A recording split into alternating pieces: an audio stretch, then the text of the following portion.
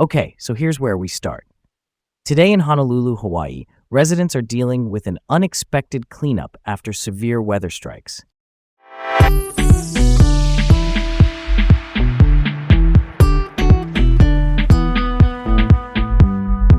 Hi, I'm Leah. And I'm Garrett. Welcome to Laid Back Local, the news of the day with Leah and Garrett in Honolulu, Hawaii. Let's open the book on this.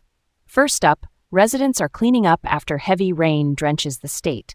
Hawaii has been hit with some intense rainfall recently, leading to flash floods and swollen streams. The National Weather Service issued a flood watch, warning of possible property damage and road closures. Business owners, like Robert Stellick from Blue Planet Surf, faced unexpected flooding, causing significant damage. The city and county of Honolulu have even launched an online form for residents to report flood damage. That's pretty wild, right? I mean, the river rising by 10 feet in just 20 minutes, that's a curveball. It's a real reminder of how vulnerable some areas are to these extreme weather events. Yeah, totally get where you're coming from. It's a big challenge. Let's keep this going. Next up, Garrett.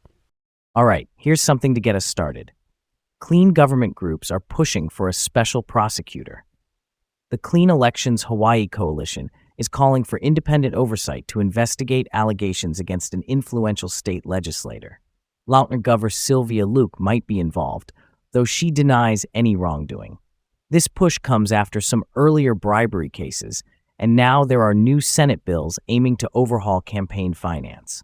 Both the Attorney General and the Governor's office say the current investigation is unbiased. Here's where it gets really interesting. I'm concerned about that dinner, where Lieutenant Gov Luke accepted $5,000 checks from an informant. It really highlights the need for public financing to reduce the influence of money in politics. Yeah, let's switch it up. Next up, Leah? Okay, here we go, from the top. Rising childcare costs are straining families despite wage gains. Even with rising wages, Hawaii families are struggling due to the high cost of living, especially with childcare expenses. State leaders have expanded public preschool and childcare subsidies, but there are still challenges, especially for infants. The Ready Keiki initiative is trying to address these issues, but the demand far exceeds supply. Honestly, it's shocking how childcare costs can exceed monthly rent and consume such a large portion of household income. Families must be facing some really difficult trade-offs between career stability and financial survival. Yeah, that's close to the heart of it. Let's keep this going. Next up, Garrett. All right, let's set the stage for this one. Kaiser Permanente ends its strike as negotiations progress. The strike involved 31,000 healthcare workers from Hawaii and California. They've agreed to return to work while bargaining continues. The strike began over disputes about wages, benefits, and staffing. Kaiser claims the strike was unnecessary and costly, but the union argues for better compensation and working conditions. Real talk. It's a reflection of the broader tensions in the healthcare industry over wages and working conditions. It's interesting to see Kaiser's financial strength compared with their staffing challenges. All right, let's roll on. Last up, Leah. Let's set the scene for this one. The Honolulu City Council has approved the HPD Transparency Resolution.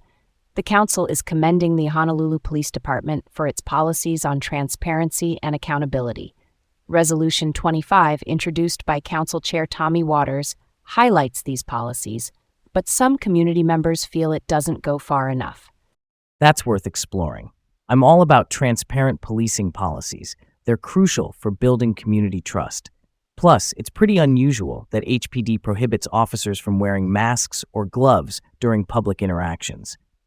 And that's where we'll leave it for now. That's all from us today on Laid Back Local, the news of the day with Leah and Garrett from Honolulu. Thanks for tuning in. Stay safe, and we'll catch you tomorrow.